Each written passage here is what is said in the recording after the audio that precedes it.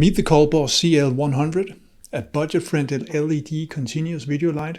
It was kindly sent to me by COLBOR for review, no strings attached. So let's see what this light can do. To make my evaluation of this product transparent to you, I've made a list of requirements. It may differ from yours, so please factor that in before you decide if this product is for you. But my list looks as follows. The light needs to be affordable, easy to use, give me sufficient light in the right temperature, allow me to reuse my light modifiers, stay out of my microphones, very important, serve me for many years, and then I really don't like to pay for features that I don't need. If you're in a hurry and would like to have the executive summary, then here it is. In my opinion, all the requirements marked green are met, and for that reason I have no problems recommending this product, especially taking the price point of $199 into account. The amber ones I need to detail more to give a precise answer, but it does not really change my recommendation. The rest of the video is spent giving more colors to the evaluation, so you can drop off now if you just wanted the conclusion, but please don't forget to give the video a thumbs up if you found it useful. Thank you. At $199, I find this product very budget friendly. I know that some will say that it feels like cheap plastic and the build quality leaves something to be desired, but in my book, as long as it gets the job done,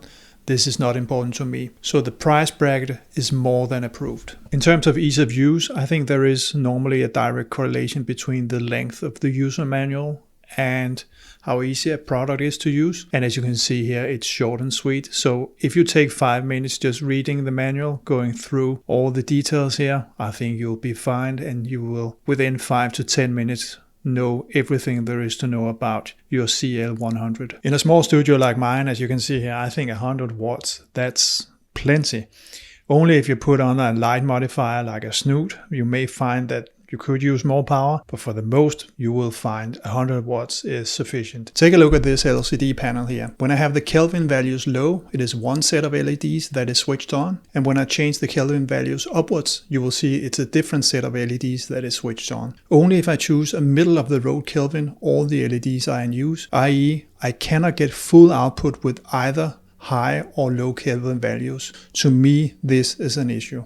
I'm happy to say that the CL100 gives same power output irrespective of the Kelvin value. So based on these two observations, I found that the sufficient power requirement is met. I don't like my videos to look like they were recorded in a supermarket with very white and blue light. In other words, it's important for me that it can deliver low Kelvin values. And the COLBOR does. It even goes down to 2700, where my light panel only drops to around 3200. So in terms of Kelvin range, I'm a happy camper.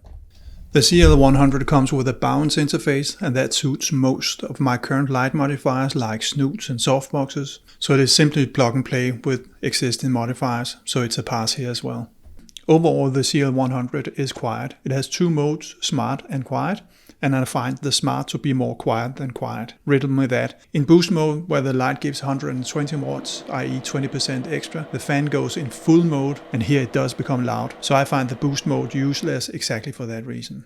Going into the subject of less useful features, the CL100 comes with several modes for varying the light to simulate, for example, candlelight or lightning. I have absolutely no use for this, and for me the only thing it does is to complicate the user interface. Another thing I find useless is batteries, as I always shoot in a studio with access to power. COLBOR has done the right thing here and made the batteries available if you get the CL100M model. So take a closer look at that one if batteries is vital for you. What I really don't need is another bag, but I must admit that the bag the light came in is quite nice and enables me to store it well protected in a small space. And because it was also the way the light was delivered, there isn't all that cardboard and wrapping to throw out that you normally have when buying via the internet. So all in all, I quite like this little unnecessary bag. Finally, there is the remote, and it has grown on me.